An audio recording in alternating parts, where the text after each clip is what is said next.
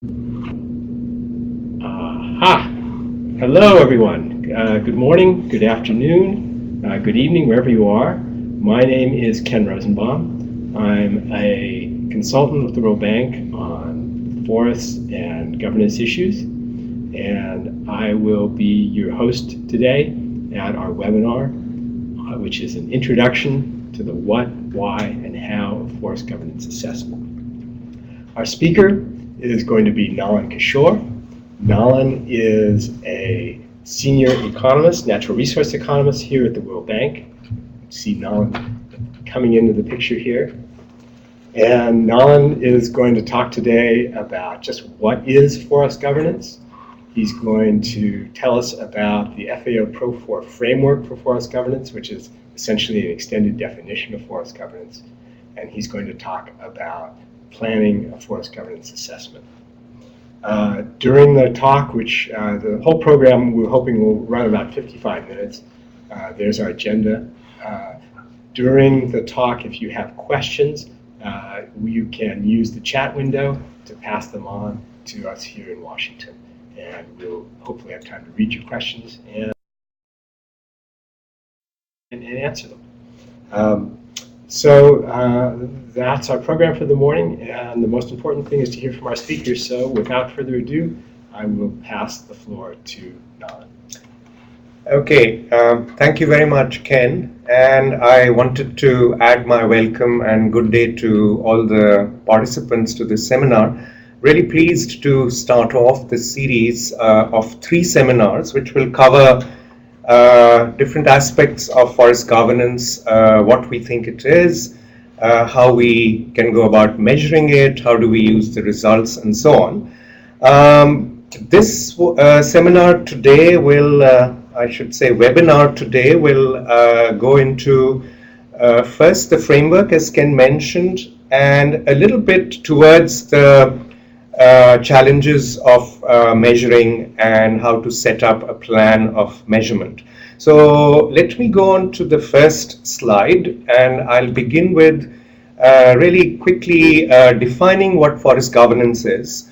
And as you can see, forest governance comprises processes and institutions, both formal and informal, through which government agencies, citizens, and other groups articulate their interests, exercise their legal rights, and basically manage the resource to maximize welfare and livelihoods of the people who depend on the resource. I wanted to quickly draw your emphasize a point that governance is broader than government, and the government is a player. It's an important player in this whole set of stakeholders who would weigh in on governance. And then just to make that clear, the responsibility for fostering good governance lies collectively with the government and other stakeholders, the civil society, the people who are directly dependent on the forest, the private sector, enterprise, etc. So keeping that point in mind, I think it's also important to understand better what governance is, what are the elements. And I think it's important to go from there to really saying or thinking about how to measure it, because that information would be critical to taking informed decisions. So moving on, an assessment is then an attempt to measure forest governance, broadly speaking. And an assessment can be used, once we do the assessment, it can be used for purposes of diagnosing problems in the sector, comparing conditions in the sector at different points of time or from other sectors in the economy, and to monitor changes as a result of making some interventions in the sector. An important requirement to do a useful assessment is that we have a very clear and a detailed definition of what we need to measure, what should be measured. And this gets us really into an unbundling of what forest governance means, because it can mean different things to different people. If you're coming at it from a lawyer's perspective, you may actually focus very much on the legal side of things. An economist may look at some policies and incentives. Social scientists might look more at issues of conflict and participation. So what we had done, the bank and FAO basically had led an initiative to define a detailed definition of forest governance involving a very diverse panel of experts. And then as a result of that, we came up with a framework which which I'll call the framework for the purpose of this webinar. And graphically speaking, I call this the lattice diagram of forest governance that you see. And basically it the governance, forest governance is organized into three pillars, running from policies, laws, and institutions to decision-making, planning and decision-making processes, to implementation and enforcement and compliance. And in a sense, you can see this as a transition from what's on paper to what's on the ground. So that's the sort of movement from pillar 1 to pillar 3. And then the three-pillar framework is underpinned by the 6 principles of good governance, and those are accountability, effectiveness, efficiency, fairness, equity, participation, and transparency. So that's the graphical structure of the framework.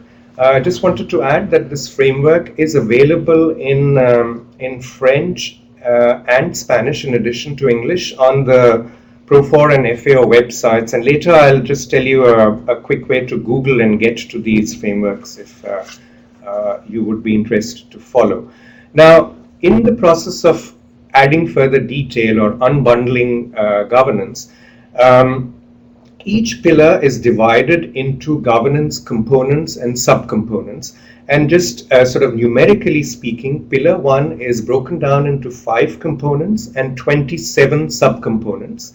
Pillar 2 has 3 components and 18 subcomponents, and pillar 3 comprises 5 components and 33 subcomponents. So as you can imagine, it tends to become quite detailed and quite bulky, and later on we'll see how we can actually sharpen it and sort of make it more manageable when we are going towards measurement and in a specific country situation. But let me press on to add a little bit more meat to the framework, and I will have to go rather quickly. So I'm taking in this slide, I'm taking the example of pillar 1 and the 5 components in that. And very quickly, the components range from forest-related policies and laws all the way down to financial incentives, economic instruments, and benefit sharing arrangements. You have institutional frameworks, you have concordance of development policies, which partially would tackle also cross-sectoral or extra-sectoral policies. So now, as I had mentioned, each of these components will have subcomponents, and the next slide gives you a flavor of that in the first component, which is forest-related policies and laws.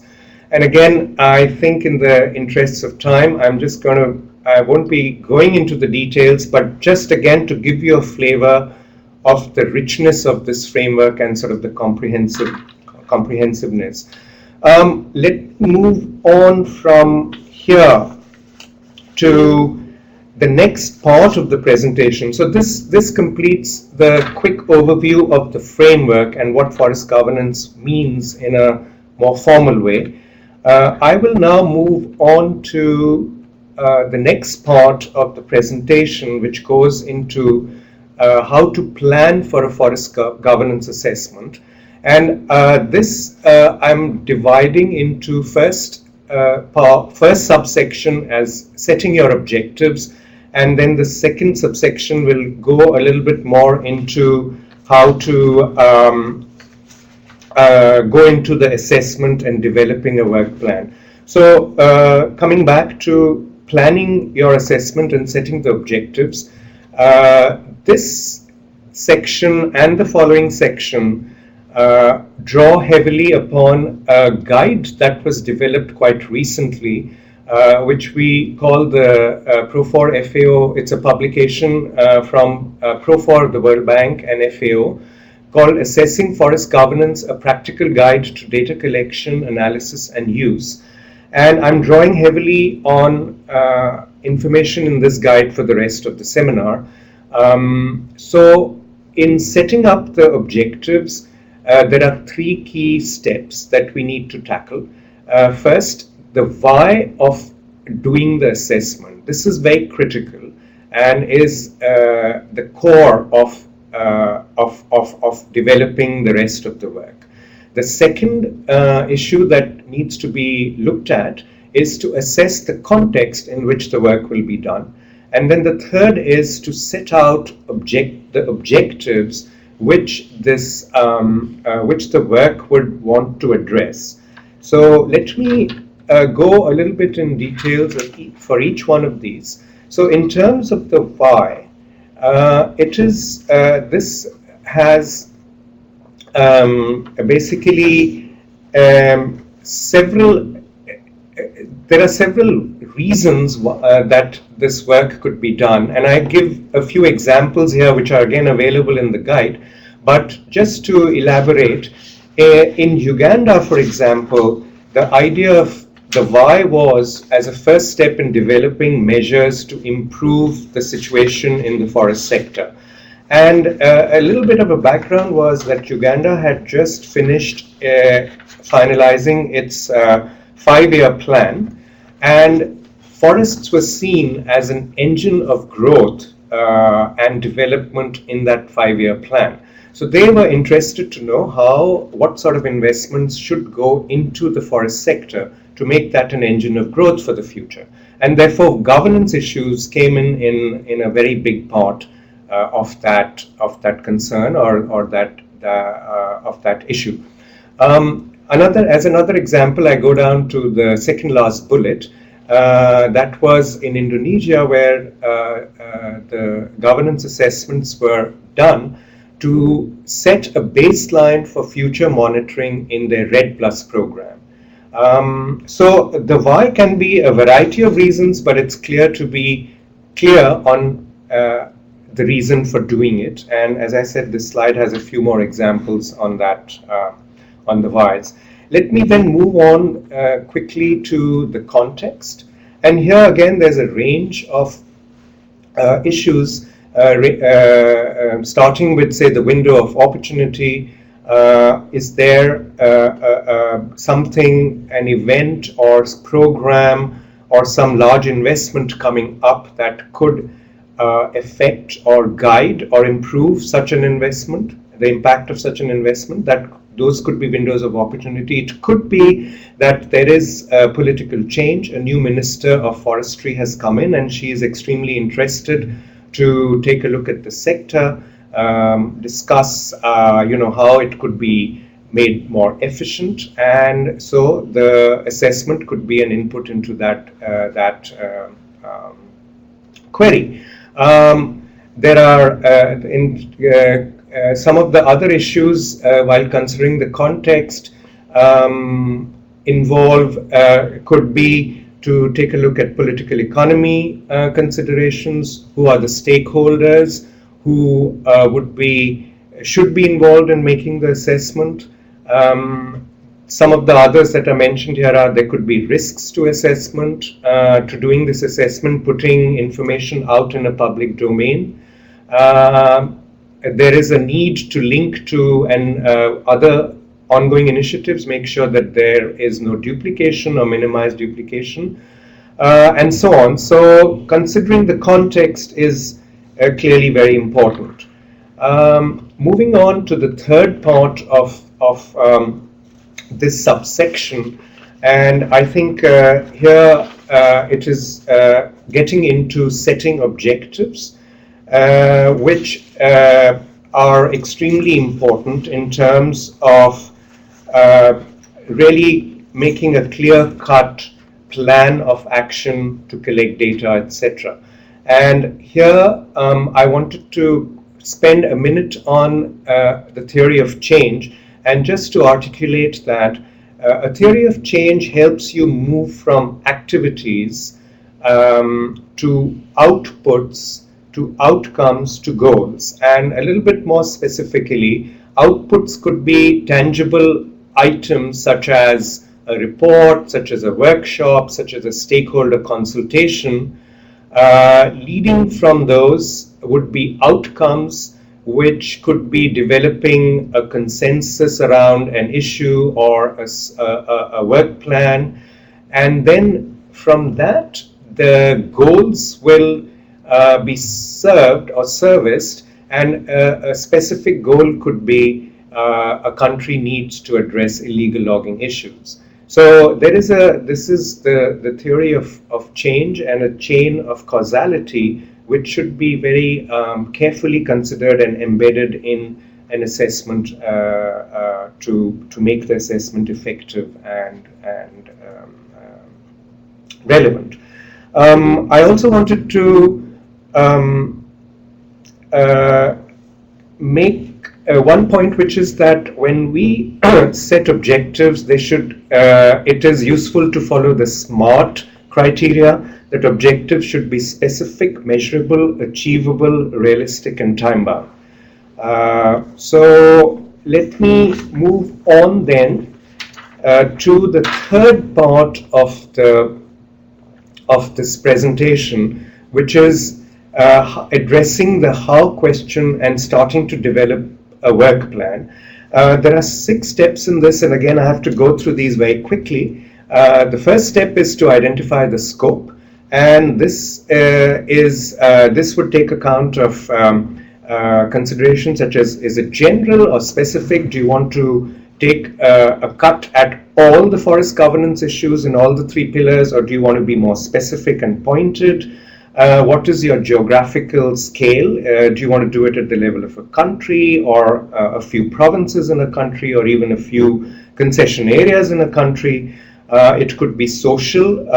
Do you want to focus on some special groups in the country? Do you want to look at the agencies that are tasked to manage your forest resources? Once you've identified your scope, the next step is to identify the approach. And here basically you need to see, or you need to determine what are the best ways to gather information and data. And there are several ways of doing this. Again, going through these quickly, you can look at desk reviews of existing documents and data.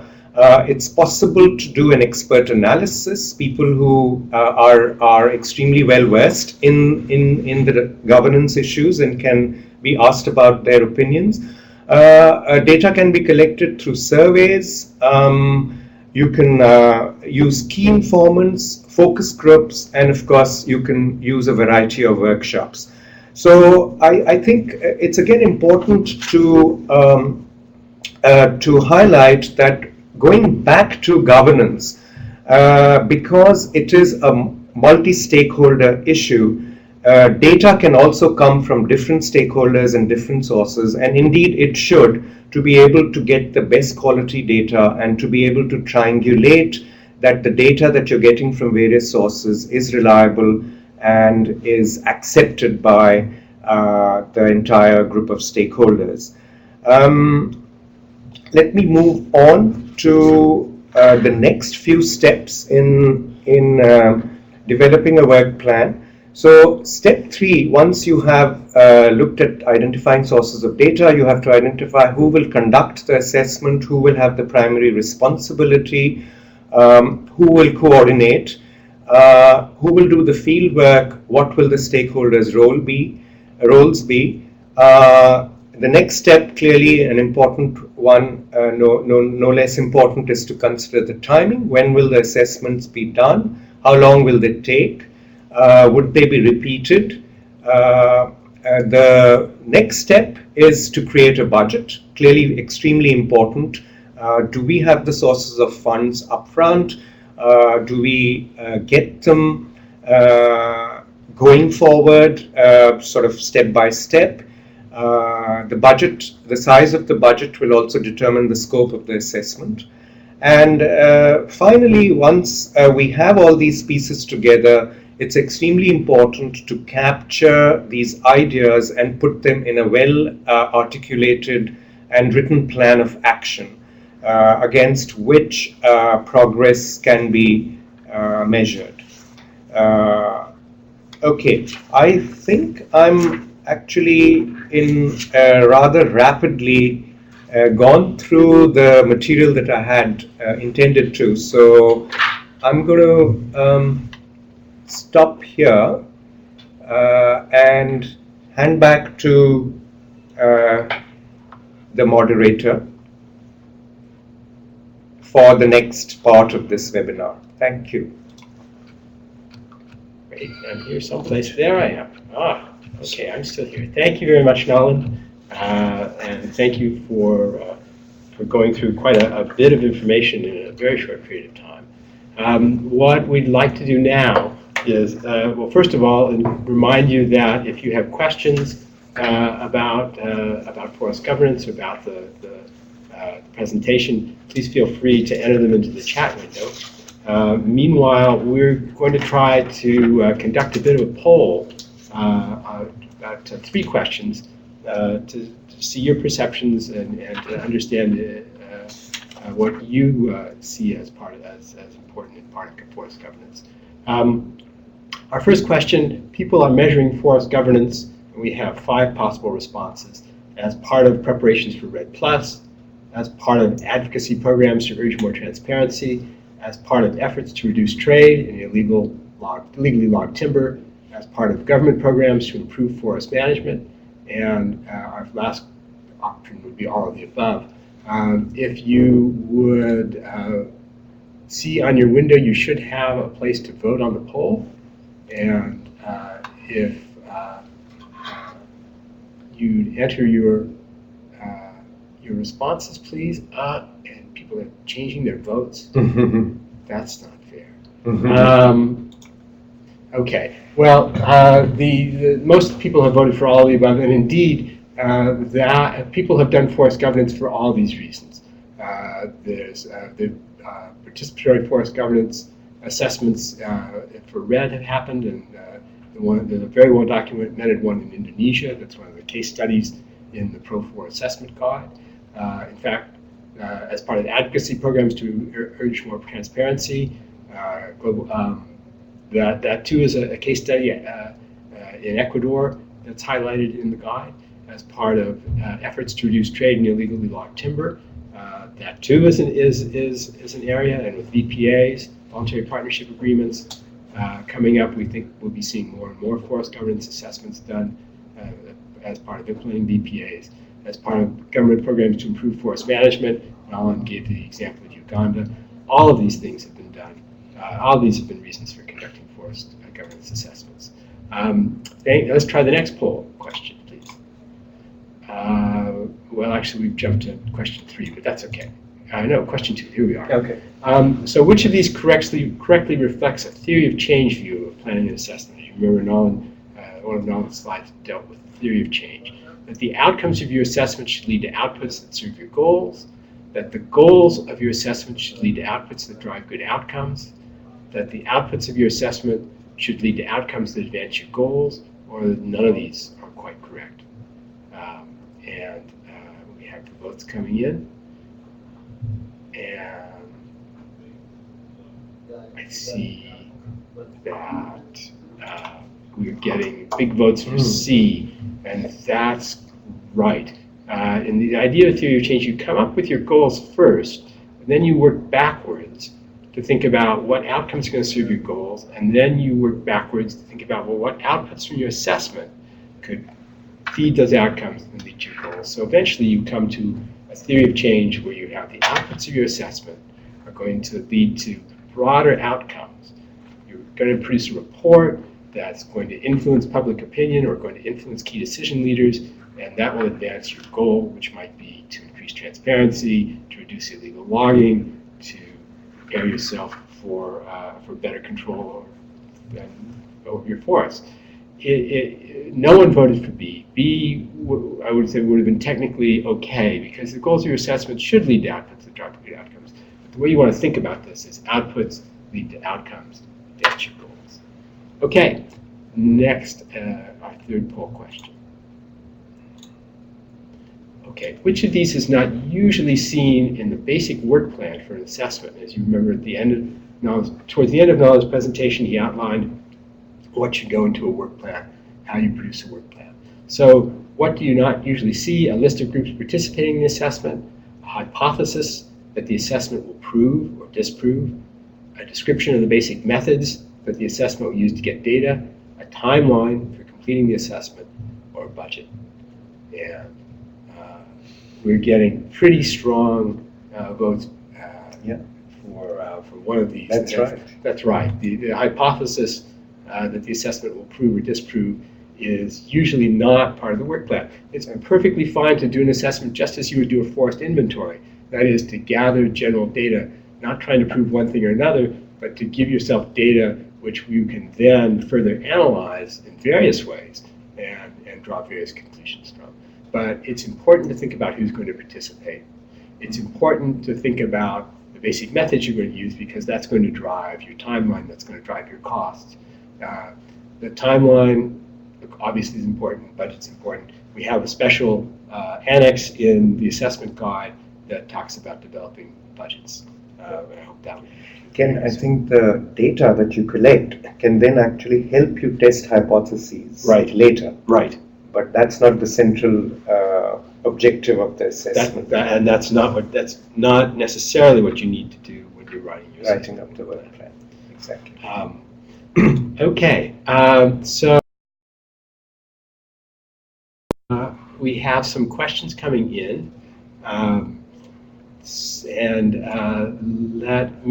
was going to, we had one question that came in, and I'm afraid that I've violated one of the rules here. I didn't note who sent it in, so I can't give credit.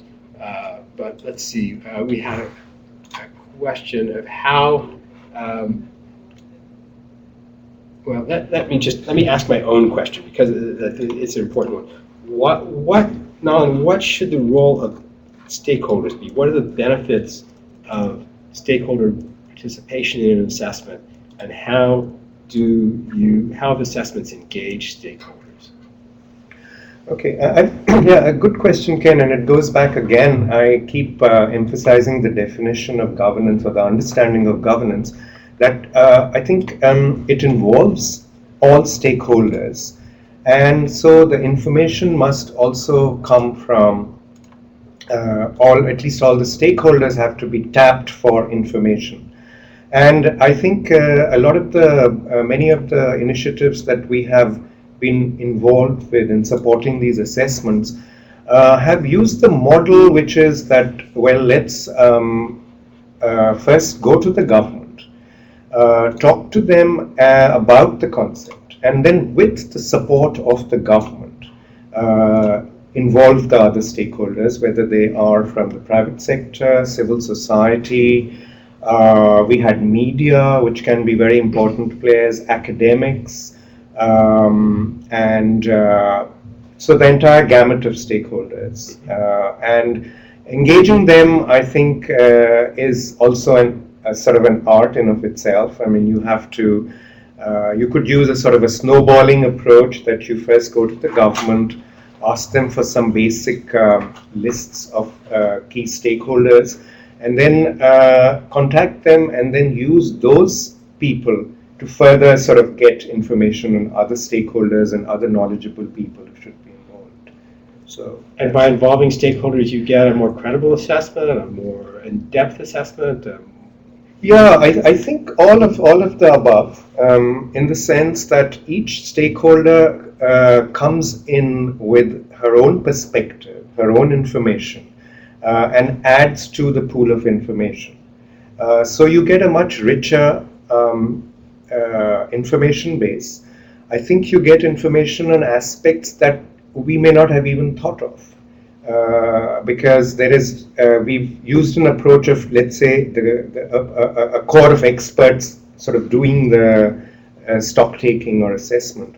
But you bring in a person who's actually in the field, who is living in the forest, off the forest on a day-to-day basis, and they can bring in a different perspective, which we may not, which is critical, but we may not have considered. So do you bring stakeholders in as information sources? Do you bring them in as planners? Do you bring them in as advisors? What are the roles that they can play? I think, again, different roles. I think the primary role, or I should say that at least the beginning role, is as information providers. But I think subsequently, we've also found that when you sit stakeholders down around a table, not only are problems identified, but there are solutions that come up from within. So they're homegrown solutions, very appropriate to the context. So they're not solutions from outside, which you may then think of adapting, but they're immediately specific and customized to the country or the region in question, under consideration. I think the other thing, very important role is of this sort of exercise and involvement, is to build up a consensus for reform.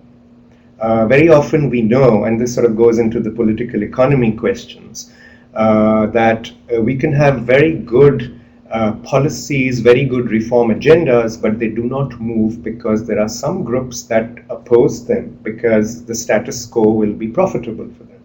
But by sharing information, by putting it out in the public domain, I think you try to break down these pockets of resistance and build up that momentum for consensus and reform. Great.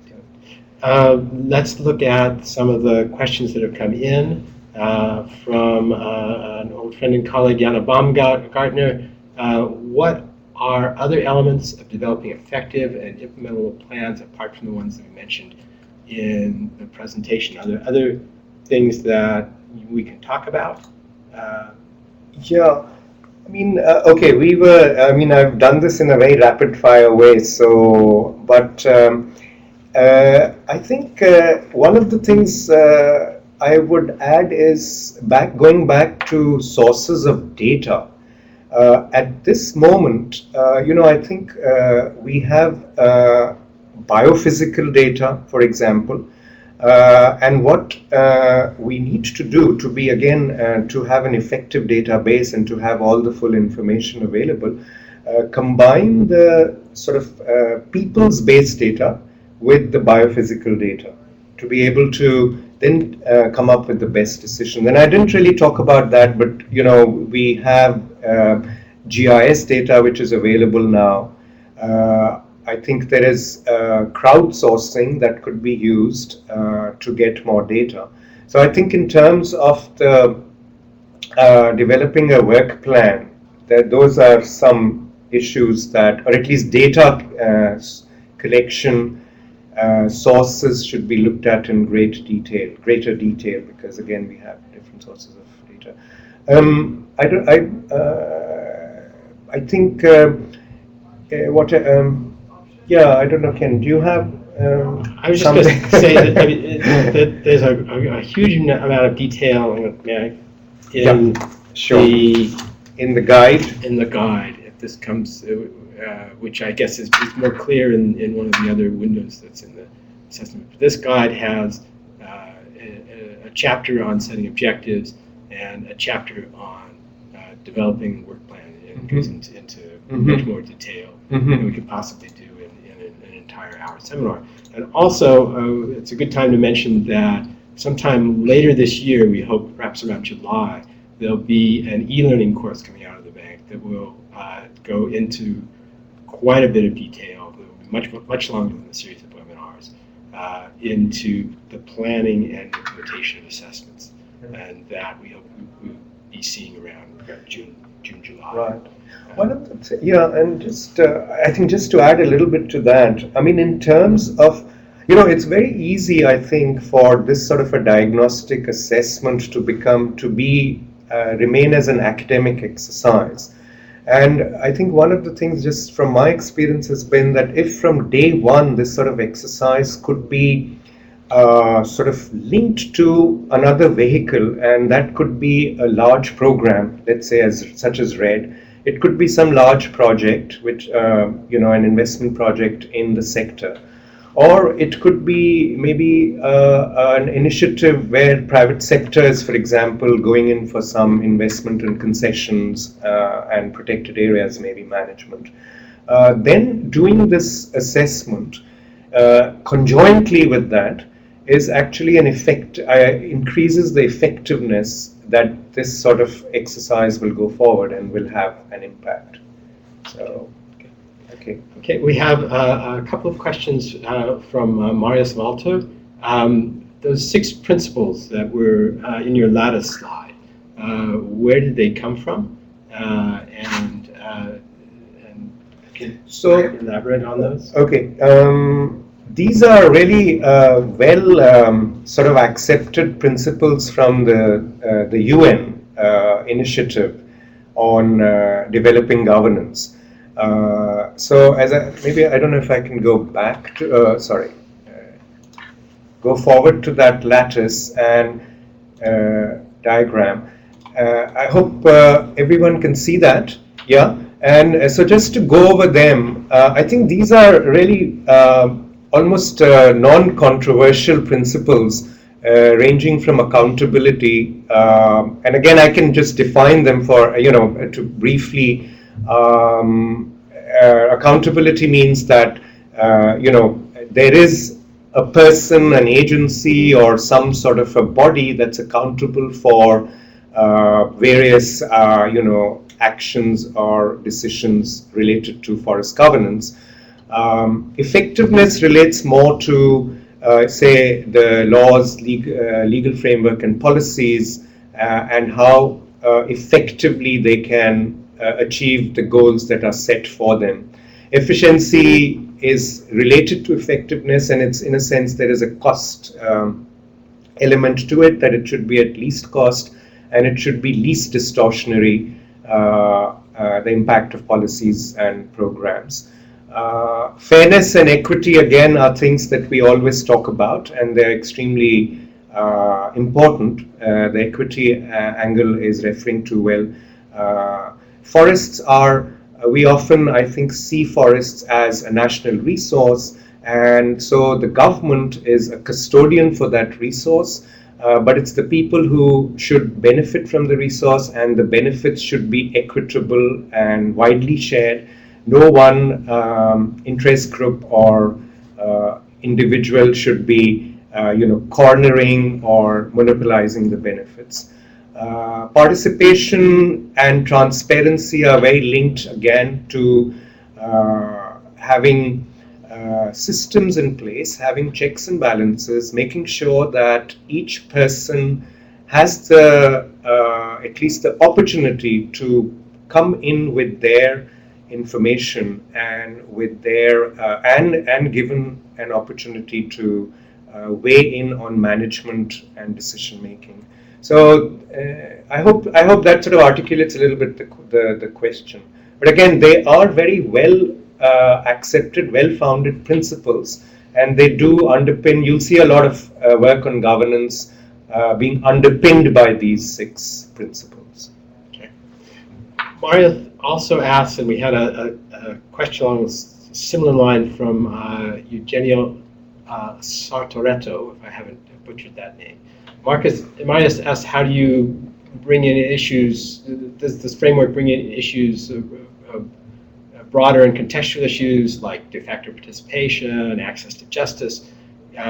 Eugenio asks, is there a way to bring gender perspective into forest governance? How can you, from this sort of static framework document, does it cover all these important issues, and what if it doesn't? What do you do? Yeah. So these are great questions, and certainly test the framework, I would say, and how you go forward. I would say that the framework is comprehensive and flexible, yet flexible, to tackle a lot of these issues. I mean, I think the gender issues, again, gender is a big issue in forestry as well. And the framework, when you talk of participation issues, would certainly could be made gender specific. And I think the challenge would be in not thinking of the framework as a static one, but really as a foundation, which then needs to be customized to suit the context in which the assessment needs to happen. And that's where the dynamic nature comes in, and that's where these issues can be tackled. So a quick answer is yes, the framework is flexible enough, but it's to the user to really be conscious and use the framework to incorporate. If I can give an example, when we did an assessment in Uganda based on the framework, or actually at that time a prototype of the framework, the stakeholders and our local national consultant told us, we have an issue here about interactions between local people and government officials, and about protection of human rights, and about whether there's their abuse of power, and there's not a key. That's not clearly brought out in the framework. And he said, but it does kind of fit in this general area. Can we add another subcomponent to the framework? Yes, of course. The framework can be expanded to and can accommodate new subcomponents, or within the components, if you're using an indicator, criterion indicator approach, new indicators. It's built to be not an entire beast, but just the skeleton of the beast that you can then flesh out according to local context. Watching our time here, also asked us to talk a little bit more about who is doing the assessment and developing the methodology. Should this be done with the stakeholders? Another good question, and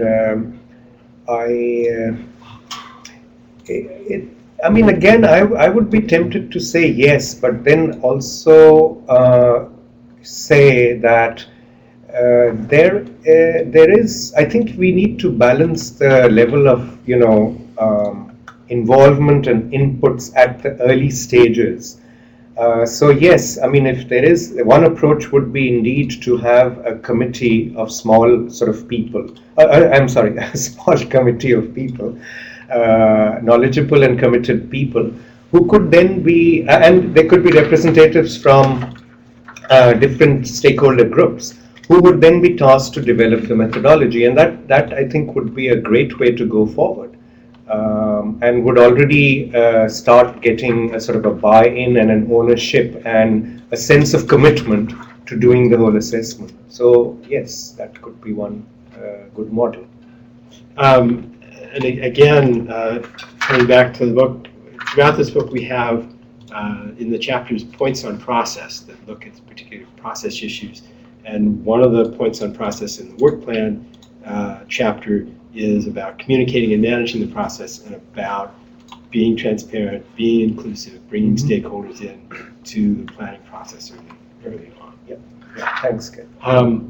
Elizabeth Tamayo asks, what do you do about the stakeholders that you really can't reach? Whether those are, she says, guerrillas who are in the forest in the sense of fighting, people who are doing illegal I'll put words in about people who are doing illegal logging, and what about not the animal guerrillas? Who speaks for the trees? Who speaks for the animals? How do you involve those kinds of stakeholders and interests in the assessment? Yeah, good question. Tough one, I think. I mean, I don't have a good answer to that, except that if we start with this sort of a process, which is stakeholder based, it may be that in the first round we cannot get a lot of information from these sort of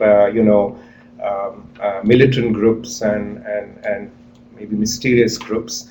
But it's possible that if the process is repeated and the benefits, in a sense, are seen for stakeholders to come to the table and talk, then we may be able to get more information and then try to weave that into decision making and management plans. Sorry, not a very good answer. I'm looking to Ken maybe to add or. I'm sorry. I was so busy thinking about the other questions that we had to. Okay. You have to. Sometimes you can find surrogates for the people who won't come forward, and sometimes you're just going to have to realize that it's going to be imperfect. Right? There are people who can't come forward, who won't come forward, who can't come forward, but you have to think about them anyway. Right. You can't ignore them. Right, that's a real challenge, and that's a whole other webinar to talk about. If we had a question from Joseph Waynes, is there a place where the data and parameters from the assessments, some of the assessments we've mentioned, Uganda, Tanzania, Indonesia, can be accessed? Okay, from Uganda, which was supported by PROFOR, the World Bank, that information is available on the PROFOR website, and then if there's additional information that Joseph, you would like, then you could drop us a line, drop me an email, or even Ken, either of us, and then we can respond. Tanzania information would be available to a very large extent on the FAO website. A lot of it, some of it, let's say, is summarized in the guide, in the annex. Indonesia, the same thing. Some of the information is summarized in the annex, and then there is a link there that can help you go to the main Indonesia report. But again, if you need additional information, either we can help you with that, or we can put you in touch with people who can respond to your specific questions. We have a question from Albert Francis Atangana. What should the qualifications of the team members be who conduct the assessment? According to questions related to indigenous people in particular. Okay, so I think the short answer to this was that it's being tackled in the next webinar. So let me leave it there, actually. I mean, the qualifications are not rigid, I would say. They're not, they're flexible. I think the broad qualification would be an understanding of the issues, or, in this case, if it's indigenous people's issues, then of course the person should be cognizant broadly of what the issues are, to be able to formulate questions and to be able to then tease out information related to those questions. Right, and our next webinar is on February 19th, and that will be looking at sort of practical tips in data collection, and then our third webinar is on March 26th, and we'll talk about analyzing data and getting the results out to the people who can actually use it, and so your assessment actually makes a difference. And answering the question there from Leah Turin. Thank you for that question. Christoph von, first of all, Javier, how much time do we have left? About 5 minutes. Great. Christoph von Orschen asked us to talk about some of the main challenges we faced in testing the framework in the various countries. Now, could you talk about where some of the places it's been tested? Okay. Actually, Christoph mentions 3, Tanzania, Liberia, and Uganda. But let me actually say that Tanzania was a case study that was not one I was involved in directly. So I won't say very much on that. But let me begin with Uganda, and I think the main challenge there was to get, first of all, to get the government on board. And as I had mentioned, that the entry point for that, which resonated with the government, was their 5-year plan. And we then offered that, well, if you could work with the governance assessment, that would be extremely helpful in in identifying the problems if you wanted to put in the right investments in the governance in the forest sector. In Liberia, again, it was the governance assessment was very specific to looking at some concession policies. And I have to say again that I was not directly involved, so I can't say very much on the specific challenges or the main challenges that we faced. I can share a couple in which I was involved. Well, let me share one more, which was very interesting, which was from Russia. And in Russia, they took this assessment and sort of ran with it on their own once they understood the rationale.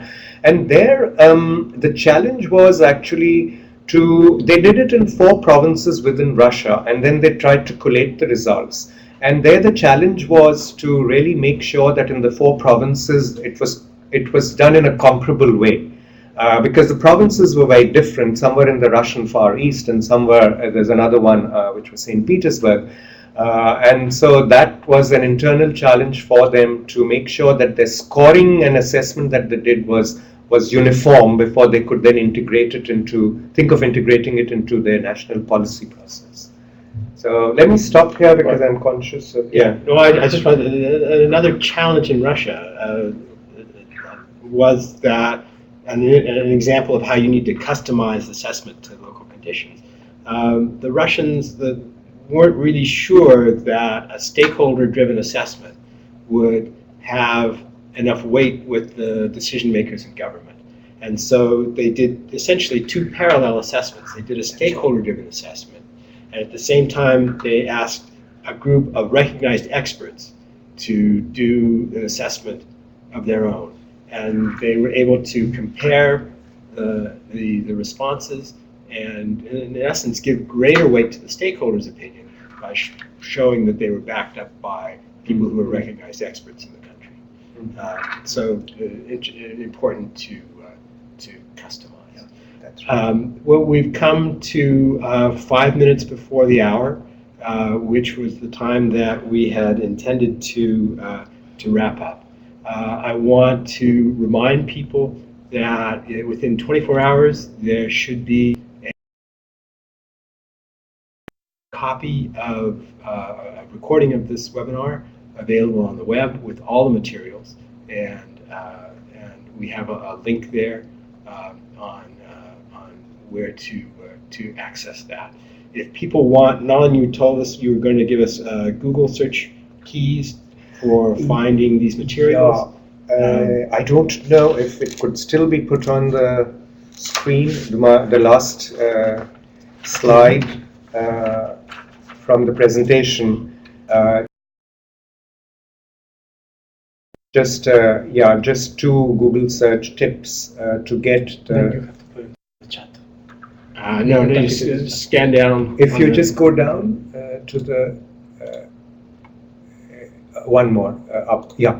So just if you search framework for assessing and monitoring forest governance, that will give you that lattice framework that I mentioned. And then if you put in forest governance data collection and analysis, that will give you that comprehensive guide on which we are basing this webinar and the other 2 webinars. And I'd be happy to, and if we can just show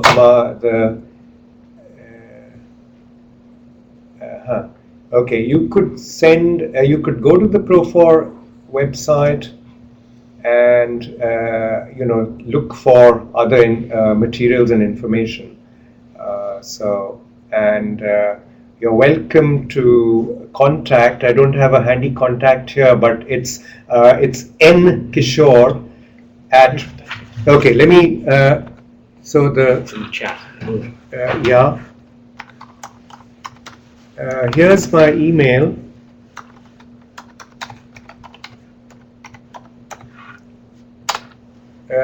I hope everyone can see that. So please feel free to send an email with your questions, and I promise that you will hear a response.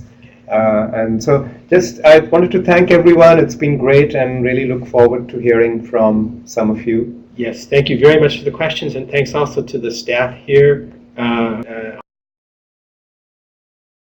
IT people and our technical hosts who have made the webinar possible. And we hope to see you all next month in webinar 2 on the 19th on practical tips about conducting assessments.